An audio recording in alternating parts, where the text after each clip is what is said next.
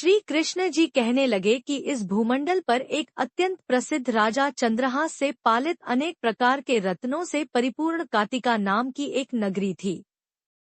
वहाँ धनेश्वर नाम का एक ब्राह्मण था और इसकी स्त्री अति सुशील रूपवती थी। दोनों ही उस नगरी में बड़े प्रेम से साथ रहते थे। घर में धन धान्य आदि की कोई कमी नहीं थी। उनको एक बड़ा दुख था, उनके कोई संतान नहीं थी, जिस वजह से वह बहुत दुखी रहते थे। एक दिन एक बड़ा तपस्वी योगी उस नगरी में आया। वह योगी बाकी सभी घरों से भिक्षा मांगकर भोजन किया करता था, लेकिन उस ब्राह्मण के घर से भिक्षा नहीं मांगा करता था। एक दिन योगी गंगा किनारे भिक्षा मांगकर प्रेमपूर्वक खा रहा था कि धनेश्वर ने योगी को यह सब करते देख लिया।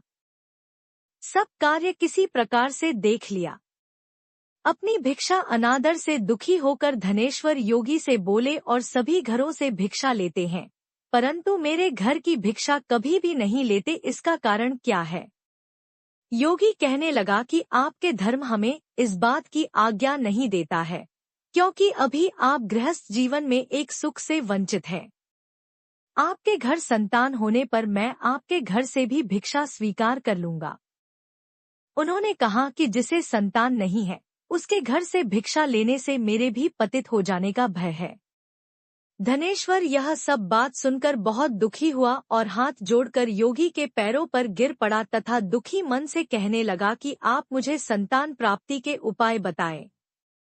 आप सर्वज्ञ हैं, मुझ पर अवश्य ही यह कृपा कीजिए। धन की मेरे घर में कोई कमी नहीं है, लेकिन मैं संतान न होने के कारण अत्यंत दुखी हूँ। आप मेरे इस दुख का हरण कीजिए। यह सुनकर योगी कहने लगे, तुम चंडी की आराधना करो। घर पहुंचकर उन्होंने यह सारी बात अपनी पत्नी को बताई और खुद वन में चला गया। वन में पहुंचकर उसने चंडी की आराधना की और उपवास किया। चंडी ने 16 दिन उसको सपने में दर्शन दिए और कहा कि हे धनेश्वर, जा तेरे पुत्र होगा, लेकिन उसकी आयु सिर्फ 16 वर्ष होगी। 16 वर्ष की आयु में ही उसकी मृत्यु हो जाएगी। अगर तुम दोनों स्त्री और पुरुष 32 पूर्णिमाओं को व्रत करोगे तो यह दीर्घायु हो जाएगा। जितनी तुम्हारा सामर्थ हो उतने आँचे के दिए जलाकर शिवजी का पूजन करना, लेकिन पूर्णमासी 32 ही होनी चाहिए। सुबह होती ही तुम्हें इस स्थान के पास एक आम का पेड़ दिखाई देगा। उस पर चढ़कर एक फल तोड़कर अपने घर चले जाना। अपनी स्त्री का इस बारे में बताना। सुबह स्नान होने के बाद वह स्वच्छ होकर शंकर जी का ध्यान करके उस फल को खा ले।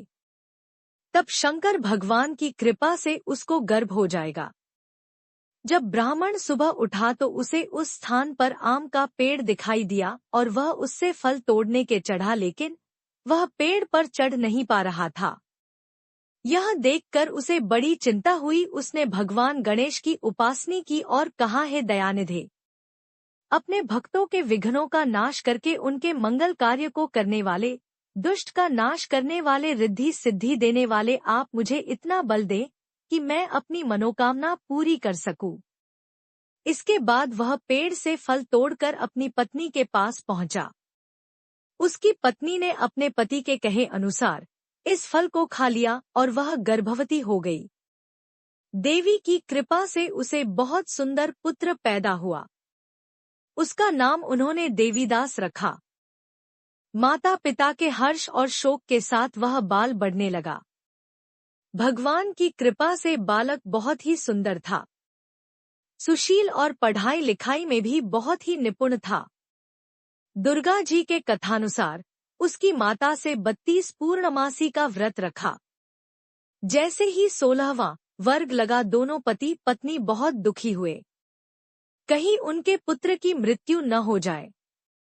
उन्होंने सोचा कि अगर उनके सामने यह सब हुआ तो वह कैसा देख पाएंगे। तभी उन्होंने देवीदास के मामा को बुलाया और 1 वर्ष के लिए देवीदास को काशी में पढ़ने के लिए भेज दिया। 1 वर्ष के बाद उसे वापस लेकर आ जाना। देवीदास अपने माता के साथ एक घोड़े पर सवार होकर चल दिया। उसके मामा को भी यह बात पता नहीं था। दोनों पति पत्नी से 32 पूर्णमासी का व्रत पूरा किया। दूसरी तरफ मामा और भांजा दोनों रात गुजारने के लिए रास्ते में एक गांव में रुके। उस दिन उस गांव में ब्राह्मण की कन्या का विवाह होने वाला था। जिस धर्मशाली में वर और बारात के बाकी लोग रुके हुए थे, उसी धर्मशाला में देवीदास और उसका मामा ठहर गए। उधर कन्या को तेल आदि चढ़ने के बाद जब लगन का समय आया तो वर की तबीयत खराब हो गई। वर के पिता ने अपने परिवार वालों से विचार विमर्श करके कहा कि यह देवीदास मेरे पुत्र जैसा ही है, मैं इसके साथ लगन करा दूं और बाद में बाकी सारे काम मेरे बेटे के साथ पूरे हो जाएंगे। ऐसे कहने के बाद वर के पिता देवीदास को मांगने के लिए उसके मामा के पास गए और उन्हें सारी बात बताई। मामा ने कहा कि कन्या दान में जो कुछ भी मिलेगा वो हमें दे दिया जाए। वर के पिता ने बात स्वीकार कर ली। इसके बाद देवीदास का विवाह कन्या के साथ संपन्न हो गया।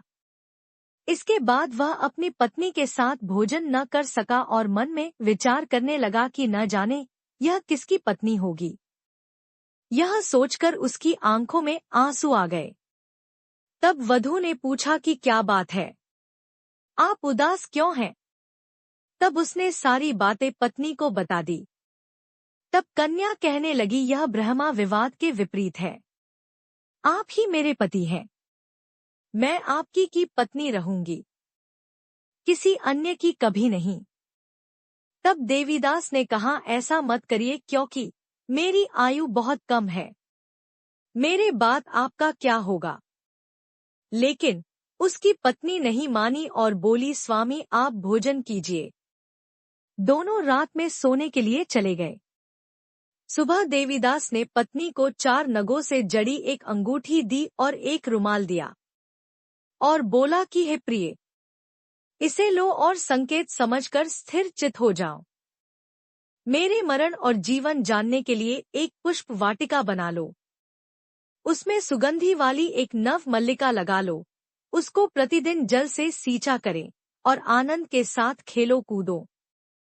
जिस समय और जिस दिन मेरा प्राणांत होगा उस दिन यह फूल सूख जाएंगे। जब यह फिर से हरे हो जाएं, तो जान लेना मैं जीवित हूँ। यह समझाकर वह वहां से चला गया।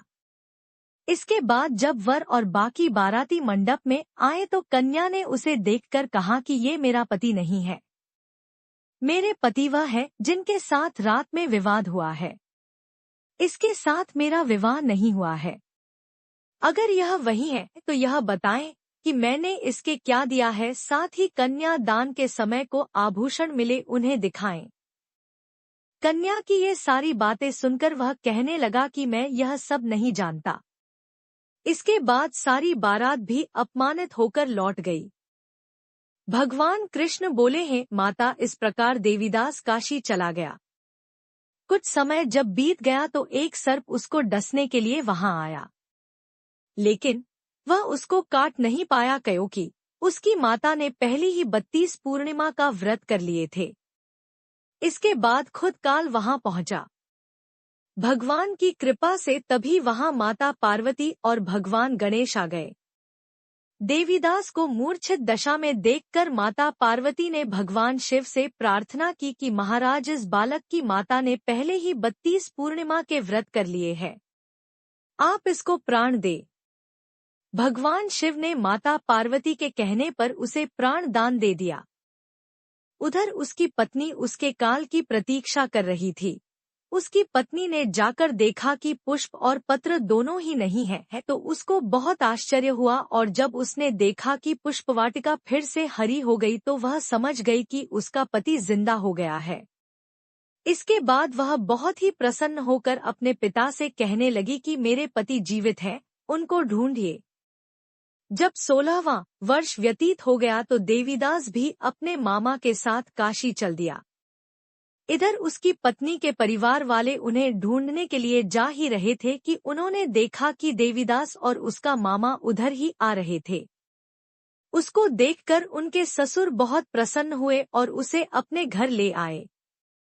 वहां सारा वगर इकट्ठा हो गया और कन्या ने भी उसे पहचान लिया। देवीदास ने इसके बाद अपनी पत्नी और मामा को लेकर वहां से चल जिया। उसके ससुर ने भी उसे बहुत धन दहेज दिया। जब वह अपने घर की तरफ चल रहा था तो उसके माता पिता को लोगों ने खबर कर दी, तुम्हारा पुत्र देवीदास अपनी पत्नी और मामा के साथ आ रहा है। ऐसा समाचार सुनकर पहले तो उन्हें विश्वास नहीं हुआ, लेकिन जब देवीदास आया और उसने अपने माता पिता के पैर छुए तो देवीदास के माता पिता ने उनका माथा चूमा और दोनों को अपने सीने से लगा लिया। दोनों के आने की खुशी में धनेश्वर ने बहुत दान दक्षिणा ब्राह्मणों को दी। श्री कृष्ण जी कहने लगे कि इस तरह धनेश्वर को 32 पूर्णिमाओं को व्रत के प्रभाव से संतान प्राप्त हुई। जो स्त्रियां इस व्रत को करती हैं, वह जन्म जन्मांतरों तक वैधव्य का दुख नहीं भोगती हैं और सदैव सौभाग्यवती रहती।